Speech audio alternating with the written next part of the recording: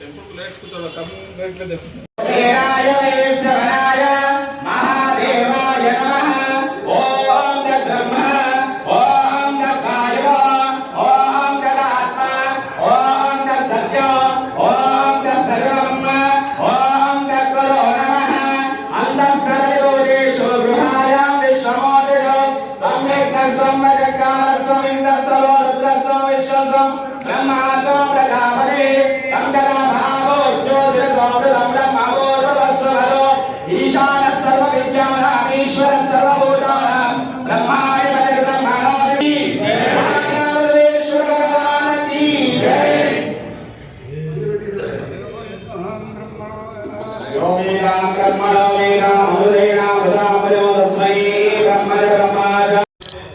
ఆ వాటర్ అంతా కూడా ఇప్పుడు బయటికి వెళ్ళే ఏర్పాటు చేసినాం.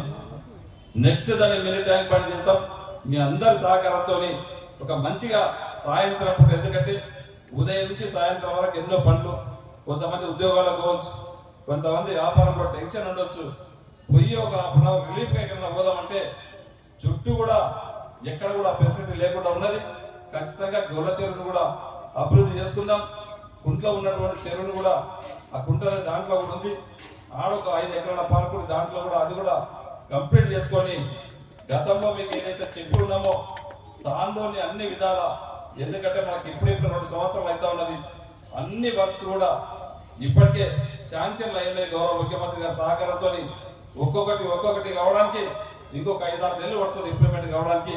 ఖచ్చితంగా గతంలో గత నాయకుల్లాగా నేను శిలాఫలకాలు వేస్తున్నాను, కానీ ఆ రోజు చెప్పిన నాకు షాపింగ్ కాంప్లెక్స్ స్టార్ట్ చేస్తున్నాం, మీరు శిలాఫలకాలు అవుతామని చెప్పి నేను వాళ్ళకి అట్లా అది చెప్పిన, నేను శిలాఫలకాలు వేయను, కంప్లీట్ షాప్స్ అయిపోయిన తర్వాత కంప్లీట్ అయిపోయాక షాపింగ్ ఇనాగ్రేషన్ చేసుకుందాం, కానీ నేను శిలాఫలకాలు వేసేటువంటి ఎంపీలను కాను, పని కంప్లీట్ చేసే బాధ్యత మనం తీసుకున్నామని చెప్పినాం.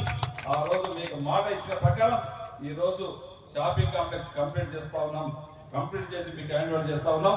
ఇదే కాకుండా ఇంకా కూడా మీకు ఇంకేమైనా కావాల్సినటువంటి మౌలిక సదుపాయాలు ఇంకేదన్నట్టు కూడా ఖచ్చితంగా ఈ గుడికి సంబంధించినటువంటి ఖర్చు ఏదున్నా చేసే బాధ్యత నేను ఖచ్చితంగా తీసుకొని చేస్తానని చెప్పి కూడా వేదిక ద్వారా మీకు అందరికీ తెలియజేసుకుంటూ, ఈరోజు వీరశైవ సమాజం ఒక మంచి పని చేయడానికి ఏ విధంగా అయితే రైతులకు అందరూ కూడా సహకరించారో తప్పకుండా మీరు చూపించినటువంటి ఈ సహకారాన్ని ఎప్పుడు మర్చిపోనని చెప్పి కూడా వేదిక ద్వారా మీకు అందరికీ తెలియజేసుకుంటూ, నన్ను ఆశీర్వదించి నాకు ఈ అవకాశం ఇచ్చినట్టు వారికి అందరూ కూడా మరొకసారి ధన్యవాదాలు తెలుపుకుంటూ ముగించుకుంటున్నాను. Thank you. ఇప్పుడే ప్రాంతాల నుంచి ఎవరైతే వచ్చి బీదలు ఎవరైతే వచ్చి ఉన్నారో వారికి వంట చేసి పెట్టడానికి దాసోహం ఉపయోగపడతా ఉండే. గతంలో చాలా మంది ఇప్పుడు సోమన్న చెప్పినట్లు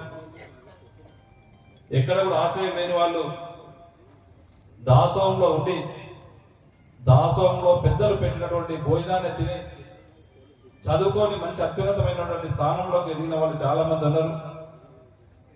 దాన్ని మధ్యన మర్చిపోయారు. ఖచ్చితంగా దాసోహం ఆ టెంపుల్ చేస్తే బాగుంటుంది, ఆ గుడికే కాకుండా తాండ్రు పట్టణం కూడా బాగుంటుందని చెప్పినప్పుడు ఆ అమ్మ చెప్పినప్పుడు ఆ అమ్మ నేను అనుకున్న మాటలు ఆ పెద్దమ్మతో నా ఒక్కరికి చెప్పినట్లు కాదు, తాండ్రులో ఉన్నటువంటి ప్రతి ఒక్కరి మాటగా తను చెప్తా ఉన్నది. ఖచ్చితంగా నేను చేపిస్తామని చెప్పి ఆ పెద్దమ్మకి ఆ రోజు మాట ఇచ్చిన. ఆ రోజు ఏదైతే మాట ఇచ్చి ఉన్నామో వారికి మాట ఇచ్చినటువంటి ప్రకారమే ఎంత ఇబ్బందులు వచ్చినా ఆర్థికంగా కొద్దిగా అటు ఇటు అయినా తప్పకుండా కట్టాలని చెప్పే పాలకవర్గానికి అప్పుడు ఎన్నుకున్నటువంటి పాలకవర్గానికి ఒకటే చెప్పిన, మనం ఒక సమిష్టి యొక్క నిర్ణయం తీసుకున్నాం, దానికి కొన్ని ఒడిదుడుగులు వస్తాయి. ఒక మంచి పని చేసినప్పుడు కొన్ని ఒడిదుడుగులను తట్టుకొని పోతేనే మనం ముందుకెళ్తాం.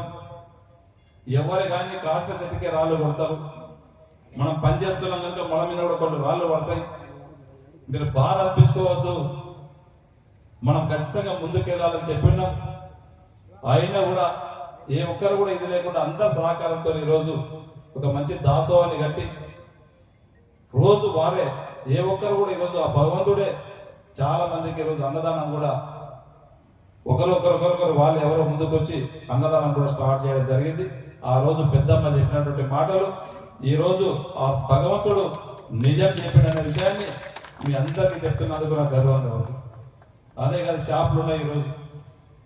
ఆ షాపులు కాల్ చేసి కట్టిస్తామంటే నా దగ్గర భద్రాయ సహకారు కానీ, సునీల్ కానీ, రవి కానీ చాలా మటుకు ఒక 10-15 మీటింగ్లు పెట్టుకోవడం జరిగింది.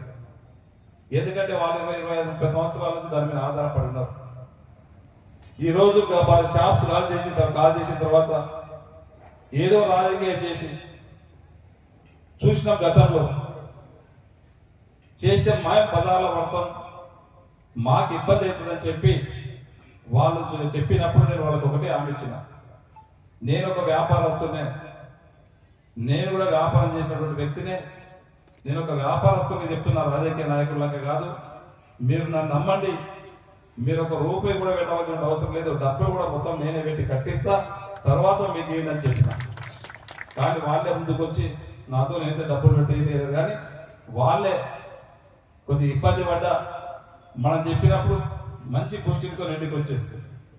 మళ్ళీ షాపులో ఏదైనా కాజీత మనకాల మళ్ళీ ఎవరో నలుగురు వచ్చి ఇచ్చేసిన కాలం మళ్ళీ డిశ్చార్జ్ చేయి మళ్ళీ ఇబ్బంది పడేది. ఇట్లా ఒక్కసారి కాకుండా వాళ్ళు 4-5 సార్లు 10 సార్లు ఒకసారి హైదరాబాద్కి పిలిపించుకొని వాళ్ళతో మీటింగ్ పెట్టించి వాళ్ళని ఒప్పించి మీరు ఎవ్వరు చెప్పిన నమ్మకండి.